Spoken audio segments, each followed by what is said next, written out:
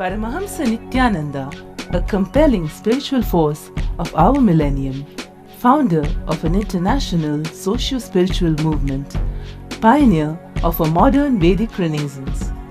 Born in the sacred town of Tiruvannamalai, a yogi by birth, fearless spiritual explorer, beacon of divine power, Paramahamsa Nityananda is today an inspiration for millions on the path.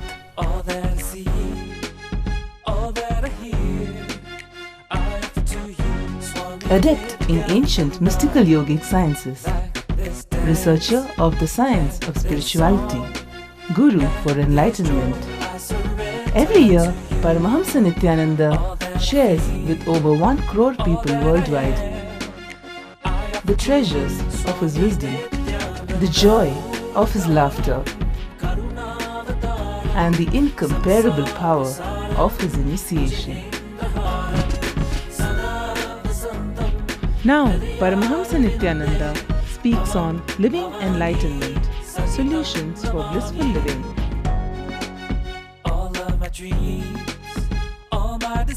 Join us for an unforgettable spiritual experience.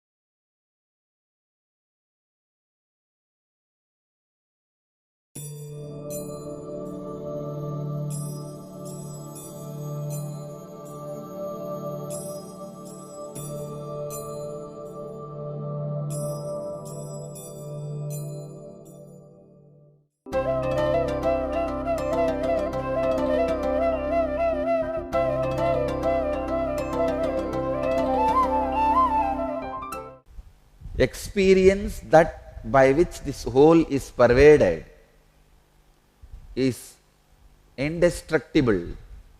Nothing whatsoever can bring about the ruin of that which is imperishable.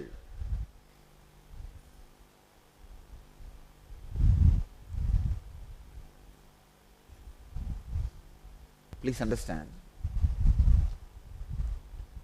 Teacher is the one who adds more words to the scriptures and makes you understand. Master is a person who adds intense experience to those words and make you experience. I am not interested in adding any words to this Gita, this verse. See, I don't want to just pick up the word. Here is the word, Avinashi, and go on talking about that word Avinashi for 10 hours. No. I am not interested in it. That is a teacher's job. The real master's job is in what context, in what situation this word has become reality for Arjuna. I want you to experience that same situation, and these words should become experience to you. I tell you, the real non-violence happens only when you lose all your personal ambition. All your personal ambitions, you should either understand it is futility or realize the fulfillment. Only when your personal ambitions are nullified, only when you feel you have nothing more to achieve, nothing further to move, you are in complete restful awareness.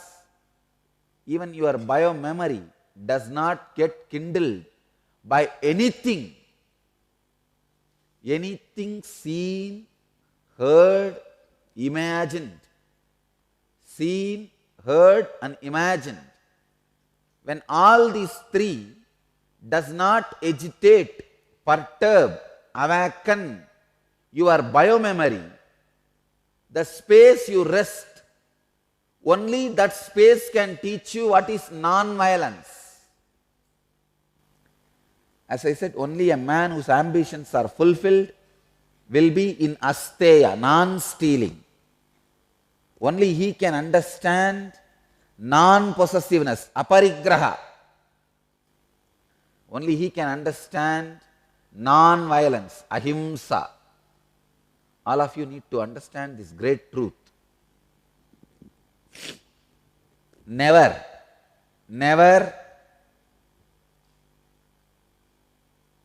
you can achieve non-violence unless you experience the overflowing of your being. See, the overflowing of your being can be done by many ways. One, realizing the futility of your ambitions, which makes you more and more empty.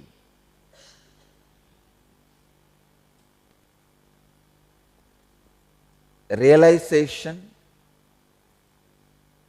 of futility of your ambitions. Another one way, realizing the fulfillment of all your ambitions. When you feel fulfilled, when you feel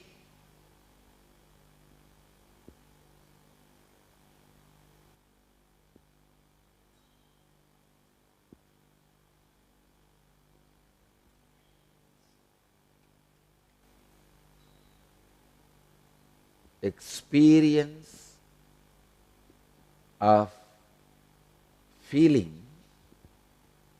that life is too much for you, not in a wrong sense, like a load, no. Experiencing so much is in front of you and you don't know what to do with it.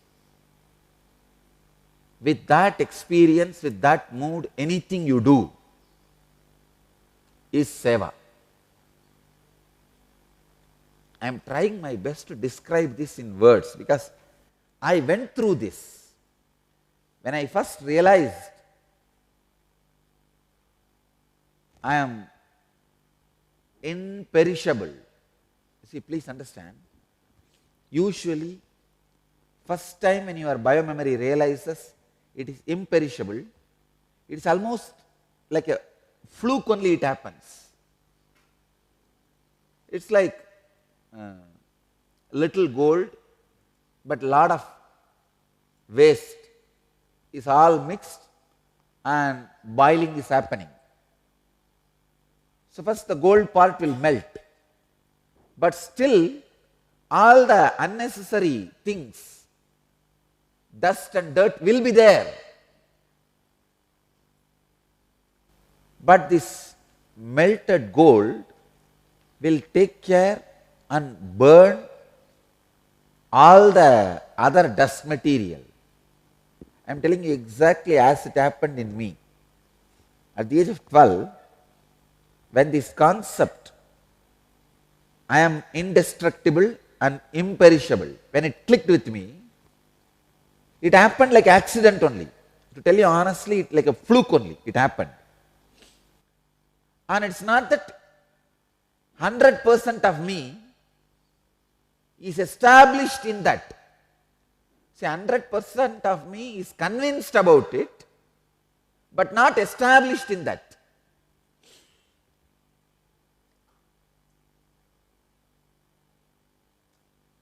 When my biomemory was convinced about the truth, then I started ironing out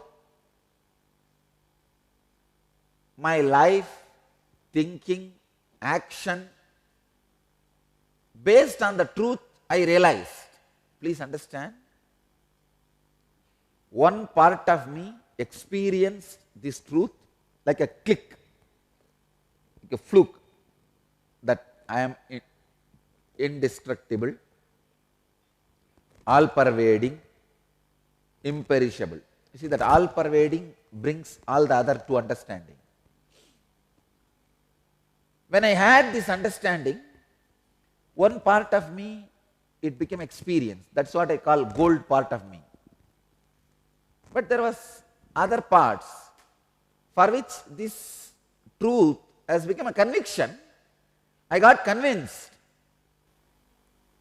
But still all those biomemory was getting boiled, getting cleansed.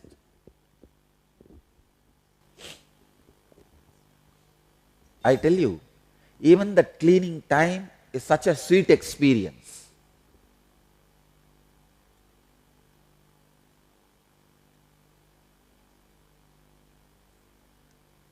In Shivapurana, there is a beautiful story called Oodal. Oodal means the Devi knows her whole life is Shiva's. But even then, she tries to get the attention of Shiva by small fights. She just tries to fight with Shiva to get his attention. At least with Krishna, I can imagine he will give you attention if you fight in a small way. And he is that kind of a guy who is interested in keeping all the relationships alive.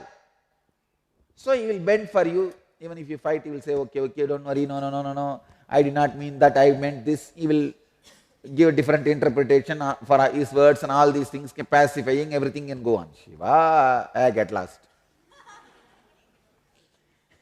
Either you are here or you are not here, get out, that's it.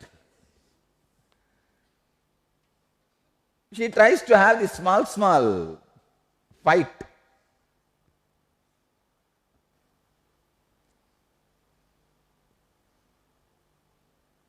I can describe exactly the same way I felt my individual identity has already realized it lost its base. It can no more claim any insecurity arguments it presents in front of me for any of my actions. It cannot present any argument about greed or fear to me and justify its independent existence. Please understand, your individual consciousness, what do you think as you? It gives all types of justification for its individual existence. If you remove all those justifications, it loses its base and simply dissolves into the cosmos. My individual identity has already realized it has no argument to justify its independent existence. So the basic connection has happened, but still it wants to get little. It's like you know you have to do this work, but you just want to get attention from Swamiji. Can you tell me how to do? This all will work with Krishna, not with Shiva. He just says, get out and get lost. Either you do it on your own or nothing can be done. I tell you, if you want the further purification of your biomemory, these great clicks to settle down in you, the only way is leaving it. Actually, Krishna gives a solid truth and experience in Sankhya Yoga itself. After this, it took at least few hours for Arjuna to completely get convinced and start fighting. I can say the Sankhya Yoga is like a first experience. If Krishna kept quiet, in half an hour Arjuna would have burnt all his biomemory and stood up and fought. After the Sankhya Yoga, Krishna need not speak at all.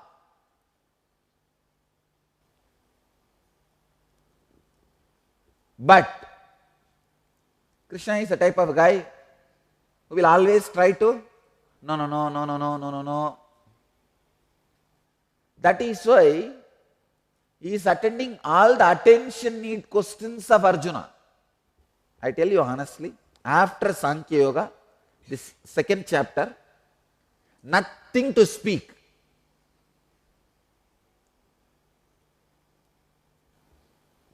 If I have to describe the scene, Arjuna was in terrible depression. He is not even able to raise his head. And Krishna putting his hand on the Arjuna's shoulders, lifting his chin with the other hand, teaches Sankhya Yoga. The moment Sankhya Yoga is over, Arjuna, wow, the extraordinary light has happened in his eyes and he is ready. But he just does not want to accept the victory of Krishna. See, if Arjuna comes out just like that in depression, from depression, and says, wow, come on, let's fight. Now it's victory for Krishna. That is too much. He heard everything and whole thing is clear. But now he just covers the light in his eyes, takes the edge of Krishna's cloth.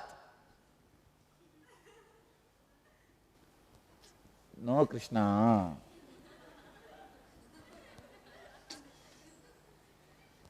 Whatever you are saying seems right. But you are telling something about bhakti now. What is that? When you spoke about yoga, you said yogi is the best guy. And you say, do bhakti to me. What is all about this? Fool, here we are talking about fight.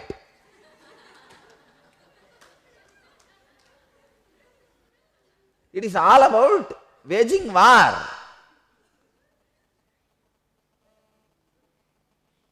After the Sankhya Yoga, it is all about the melted golden part of you. Means it's like you have your individual identity standing with 100 logic away from the cosmic truth, and almost 80 logic has lost its base and you have fallen into the cosmic truth.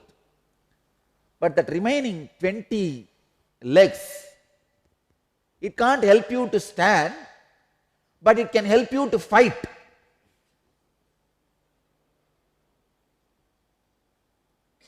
The whole problem for a spiritual seeker is that 20 legs. Now anyhow, it's like visualize this. There's a huge part where gold is getting melted.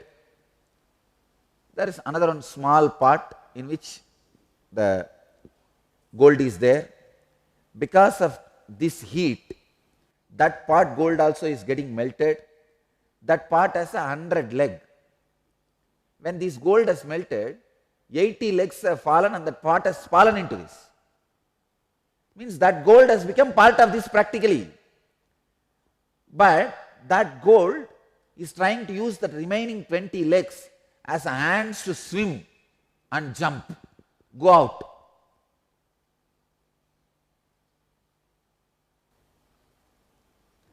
This 20% is the real suffering. But I can tell you from my experience that 20% has its own sweetness also.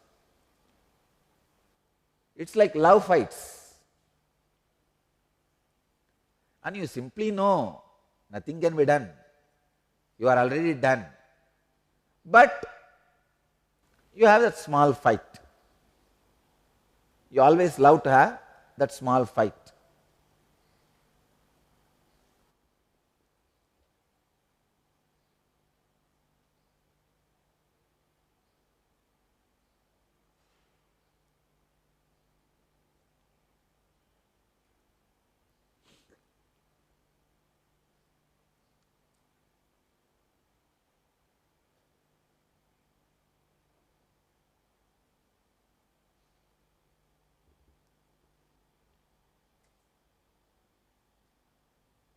Overflowing, feeling life is a too big blessing.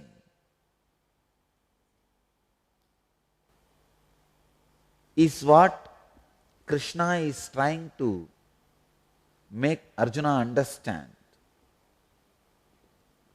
See, I tell you one more thing. Even if you don't realize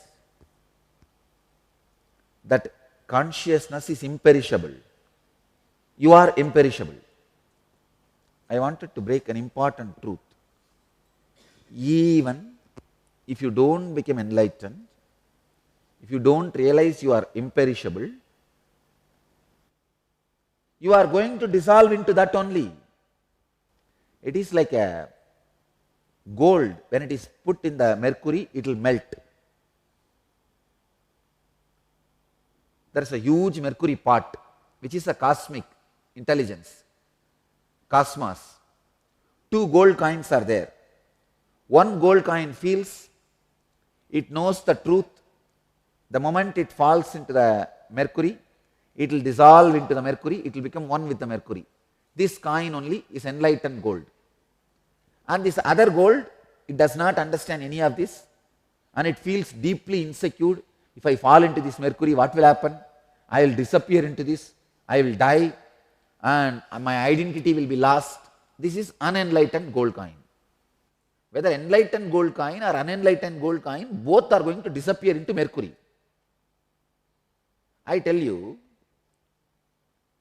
then only one utility value for enlightenment is, when you are away from mercury, you can be with joy or suffering, that's all.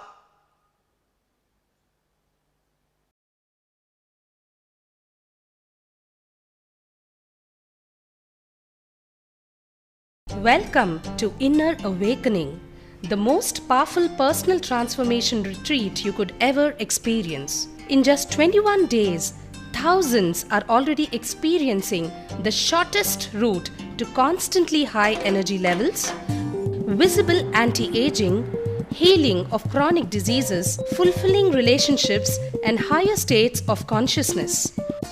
What is the secret behind this transformation?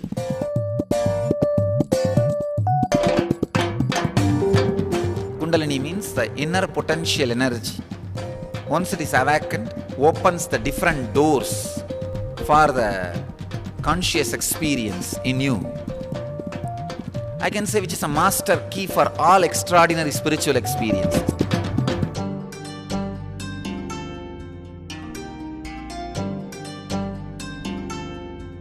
This extraordinary program is conducted personally by Paramahamsa Nityananda in the vibrant atmosphere of Nityananda Dhyanapitham Ashram.